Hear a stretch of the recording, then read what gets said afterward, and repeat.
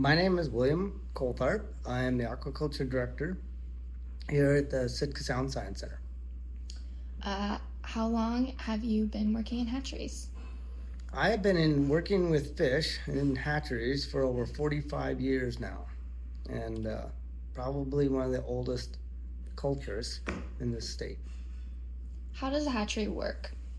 Well, hatcheries got into this business because we had overfished our wild stock and throughout the state of Alaska, and the fishermen knew that their catch was going to get reduced over time.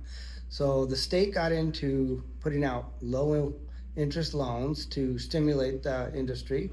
Hatcheries were built around the state, mainly 2 hatcheries that I know of, Hidden Falls, and a couple others that were built from the state back in the early 70s.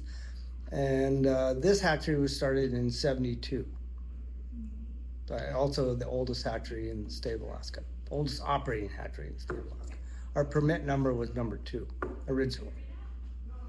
Why are hatcheries important? Well, hatcheries are important because they help take the pressure off the wild stock, and so the wild stock is now able to be rebuilt, and it has for the most part, especially with the pinks and chum. And that allows the fishermen to keep catching fish and keep putting fish on the market. So they're very important that way, in the sense that they produce fish for the fishermen, and then they also produce fish for other things such as predators, and it's also taking the pressure off the wild stock.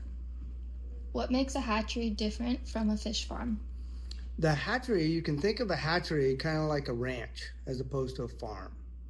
A ranch is they turn their cattle out to the pasture. A hatchery releases their fish out to the ocean, and so that's the pasture in a sense. Whereas a farm keeps all their production on site, and then they get slaughtered from that point on. So. I'm Haley Jenkins, and I'm the fish culturist at the Sitka Sound Science Center. How long have you worked in aquaculture? I've been working in aquaculture and at the Science Center for 6 years now. What species does the SJ hatchery sustain? We raise pinks, chums, and coho. 3 million pinks, 3 million chums, and 250,000 coho. What other data is collected from the SJ hatchery? We do collect kind of an array of data. So one thing that we do is we do stream surveys where we'll go up Indian River and look at returns and see what's returning there.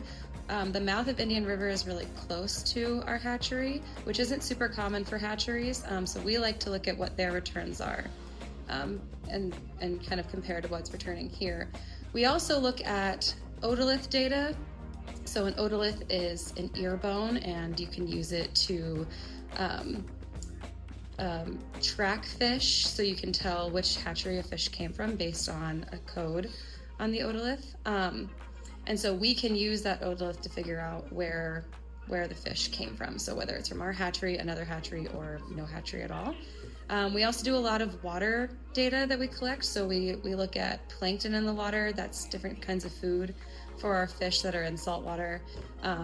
We also look at temperature, oxygen, salinity, all these kinds of things that matter to our fish, but to the environment that they're in.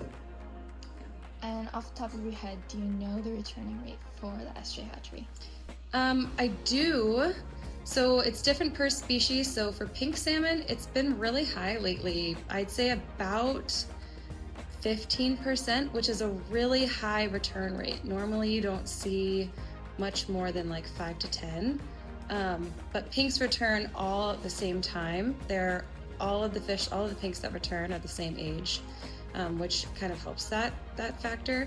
But for chums, you can get anywhere from 1 to 5% of a return rate. But these fish return every 3 to 5 years of their life. So there are some that are 3-year-olds, some 4-year-olds, some 5-year-olds. So that does kind of play into effect of the percent that returns. Hi, I'm Arlie Reynolds. I'm the Executive Director at the Sitka Sound Science Center. What about the SJ hatchery makes it so special?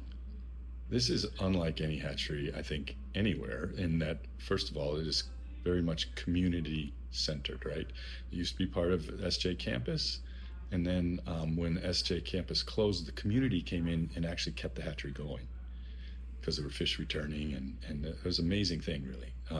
And then it became part of the Science Center and has been that way ever since. And, under Bill's tutelage, we went from a little spawning shed to now the beautiful spiffy building that we have, the spawning and incubation facility. And I think that what makes it really unique is it's one of only 2 hatcheries that I know of on the West Coast that actually train people to work in hatcheries. And we work with high school students and college students here.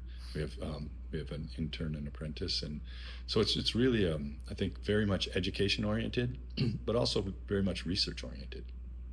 So we're doing research, looking at surveillance for different diseases, try to understand how climate change is impacting the health of salmon, and doing lots of different things that we can to try to help support other hatcheries and also the commercial fishing industry. How do you see the hatchery impact on the Sitka community? That's a great question. I mean, think through education, there's a big impact. Of course, this Friday we have our salmon release party, which is a really fun interaction with the community.